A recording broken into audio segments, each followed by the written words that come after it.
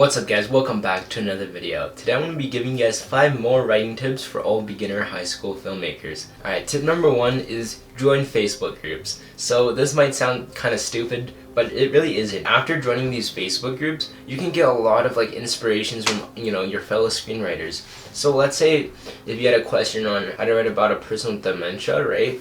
You might not know too much about it and your research doesn't really help you much. You can ask the group how do you show someone has dementia without actually having any dialogue, right? And then there's gonna be plenty of people that are super helpful. There's some, not so helpful people, but the majority is gonna be really helpful people that are gonna be helping you. They're gonna be like, oh, I know someone that has dementia, you can do it like this. So these are really helpful. When I was writing The Reunion or Blue Dusk, I took a lot of writing advice from a lot of these Facebook groups. A really good one is Tyler Mowry's Facebook group, or just screenwriting.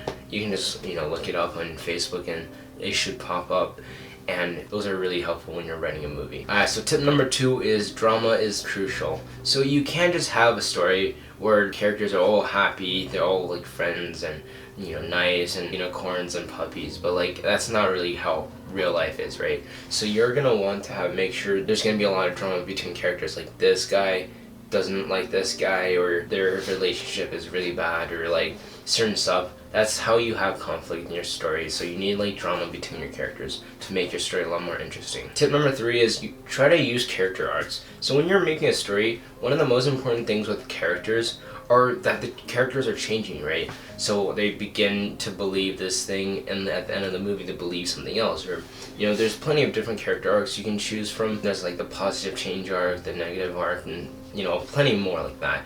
And just make sure you're using some kind of arc for your characters, because at the end of the day, the most memorable thing in your stories are the characters. Think about your favorite movies. You like those movies probably because of the characters, not because of what happened in the story, right? So basically make sure you write characters that are memorable by having something missing in their life, and then their life is changing, right? Alright, tip number 4 is start with short films. Don't start by writing a feature film, because first of all, that's going to be way too time consuming. You're not going to be able to improve very much. But if you write a bunch of short scripts, a bunch of different short films, it's going to help you a lot. I've written 2 feature screenplays so far, and neither of them are really that good. But I've also wrote a bunch of short film scripts, and a lot of them are really good. So try to start on short film scripts and then work your way up to feature scripts in the future. Alright, tip number 5 is make sure your dialogue is not on the nose. So a lot of the times when you're writing dialogue, it just sounds super natural. Why is that? Because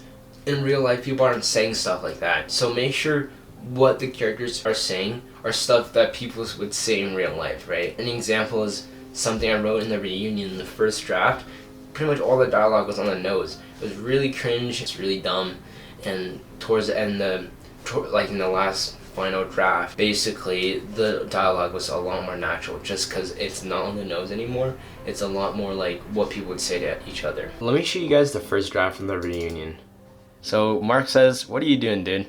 What do you mean? This ain't the you I remember. Your memories are flawed then. No, you changed, dude." "No, I didn't change, you idiot. You did." "How did I change? Do you not see it? The shirt, the watch? When you left 3 years ago, you didn't even say goodbye. I had no one. I had to celebrate all my birthdays alone. I'm sorry. I want to help you." "With what?" "Your addictions, debts, hostilities." "Thanks, man.